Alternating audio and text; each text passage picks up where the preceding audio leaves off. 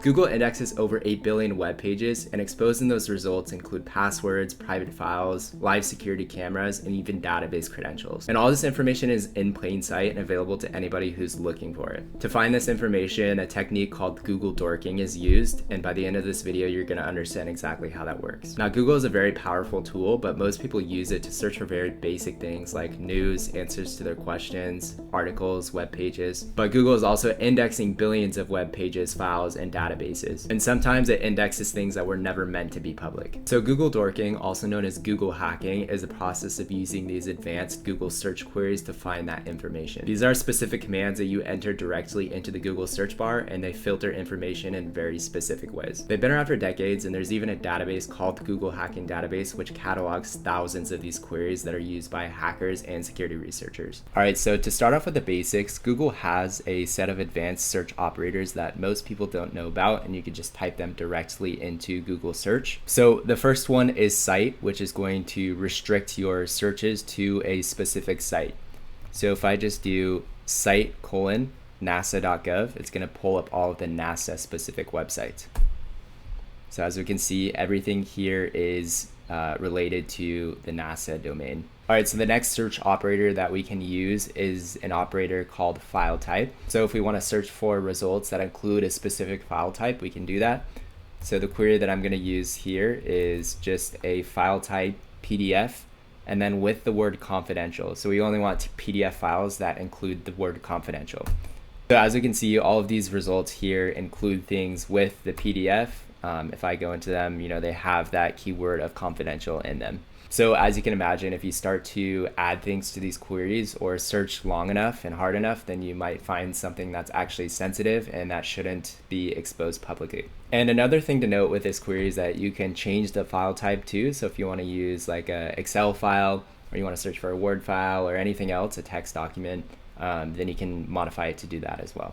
Then there's other queries and parameters that you can use for this as well. So if I wanted to do in title, for example, you can do in title and then password, and that's going to bring up all the results that have password in the title. Another one is in URL. So if I did in URL password, we can see all the results that have password in the actual URL. All right, so now to go a step further, we can use one of the more popular Google Dorking queries, which is used to find database credentials. So if I just copy and paste this query in, so we're looking for a file type, which is the environment file type, which would commonly be used to store these kinds of credentials, and then the database password keyword. So if I search for this, just select that I'm not a robot. All right, and so now it's going to bring up all the files that have that DB password keyword, and it's going to be the environment file type. So for example, I just clicked into one of the links that showed up, and it is a public GitLab repository that includes credentials that most likely shouldn't be public here. But if you keep searching the web pages that come up with this kind of query, you can definitely find a lot of sensitive information that shouldn't be there. All right, so the next thing that we can search for is exposed admin panels. Okay, so this is another popular use of Google Dorking, which is finding admin panels that are exposed publicly, which generally they should not be because that's just a security risk and everybody can see that. So a query that we can use for this is a popular query in title, admin login, and then in URL admin. So this is going to bring up all of the admin login portals that are available. So here's one example for this, and if I keep scrolling down, we can see that there's all of these login pages, admin login pages. So this is kind of just an invitation for a hacker to just go and try and look for vulnerabilities and find a way in. All right, so here's another thing that we can do. So there are a lot of security cameras and webcams online that have web interfaces, and this means that you can view them through a browser. A lot of them are misconfigured and are open on the internet, and so because of this, we have the ability to actually go and see what they're displaying. So a query that we can use for this is the in URL and then view index.shtml. And this actually pulls up a bunch of websites which are used to collect publicly available webcams.